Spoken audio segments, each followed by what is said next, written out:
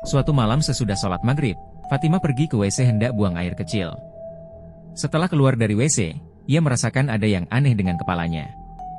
Fatimah merasa ada yang menarik kepalanya ke samping secara paksa.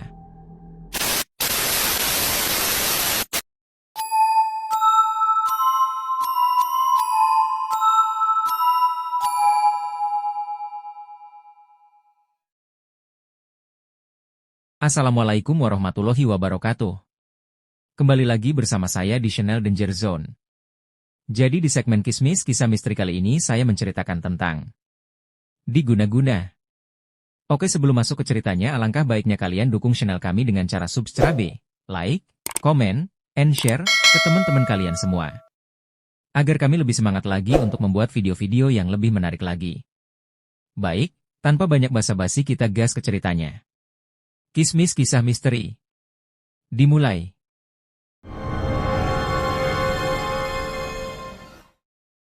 Cerita ini berasal dari sepupu saya, sebut saja namanya Fatimah. Peristiwa ini dialaminya waktu dia duduk di bangku kelas 1 SMA. Fatimah ini orangnya cantik. Tubuhnya mungil, kulitnya putih, rambutnya panjang dan tebal. Mempunyai senyum yang manis sekali dengan lesung pipit di kedua pipinya. Sebagai gadis yang cantik dan tidak sombong, tentu saja Fatimah banyak disukai oleh kaum Adam. Ditambah lagi karakternya yang tidak pernah pilih-pilih teman, membuat orang mudah jatuh hati padanya. Begitu banyak lelaki yang ingin menjadikan Fatimah sebagai pacar, namun banyak juga yang ditolak. Meskipun Fatimah sering menolak dengan cara yang halus, tetap saja yang namanya perasaan, kalau sudah ditolak, ya sakit hati jadinya. Peristiwa inilah yang menjadi penyebab kisah tragis yang dihadapi oleh sepupuku tersebut. Suatu malam sesudah sholat maghrib, Fatimah pergi ke WC hendak buang air kecil. Setelah keluar dari WC, ia merasakan ada yang aneh dengan kepalanya. Fatimah merasa ada yang menarik kepalanya ke samping secara paksa. Rasanya sakit sekali. Pun tak bisa menggerakkan kepalanya. Fatimah segera memanggil ibunya dan memberitahukan apa yang terjadi. Namun ibunya mengira barangkali hanya salah urat biasa. Fatimah pun disuruh berbaring saja di dalam kamar. Namun, lama-lama Fatimah merasa semakin aneh saja. Kepalanya semakin tertarik dan tubuhnya tak bisa digerakkan. Seperti ada yang menindih tubuhnya. Pun berteriak-teriak tak karuan. Ayah tirinya Fatimah, yang kebetulan merupakan orang rajin beribadah dan sering mendapat penglihatan akan hal-hal gaib, mengetahui bahwa yang dialami Fatimah diakibatkan oleh ilmu hitam yang sangat jahat.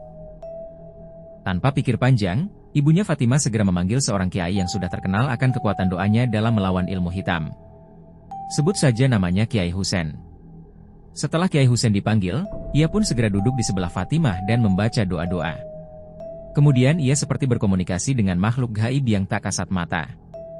Saat itu Fatimah merasa tubuhnya benar-benar tidak berdaya, bahkan saat menangis pun, ia tidak bisa mengeluarkan suara. Matanya pun susah berkedip. Dalam perjuangannya melawan sakit, disitulah pertama kalinya Fatimah melihat makhluk gaib. Melihat ada dua sosok makhluk besar berbulu hitam lebat. Hampir seperti gorila, akan tetapi wajahnya berbeda. Seperti binatang tapi ia tak tahu binatang apa. Mata makhluk itu berwarna merah menyala. Kedua makhluk itu masing-masing berada di sisi kanan dan kiri Fatimah. Keduanya yang menahan tubuhnya sehingga tak mampu bergerak. Sedangkan di bagian kepalanya adalah sosok makhluk dengan ciri-ciri seperti kuntilanak. Berbaju putih dan rambut panjang yang kusut serta acak-acakan. Kuntilanak inilah yang menarik kepala Fatimah dan mencekik lehernya, sehingga Fatimah sulit bernafas. Tak bisa ia lukiskan wajah kuntilanak itu, pokoknya hancur sehancur-hancurnya. Nafas Fatimah tinggal satu-satu. Sekarat. Terbayang kembali kesalahan yang pernah dilakukannya, sebab ia mengira bahwa inilah ajalnya. Malam inilah ia akan mati di tangan makhluk-makhluk ini. Bisa ia rasakan betapa siksanya sekarat itu. Jam menunjukkan pukul 12 malam. Ayah tiri, ibu dan kakek Fatimah melaksanakan sholat malam dan tak henti berdoa untuk kesembuhan Fatimah.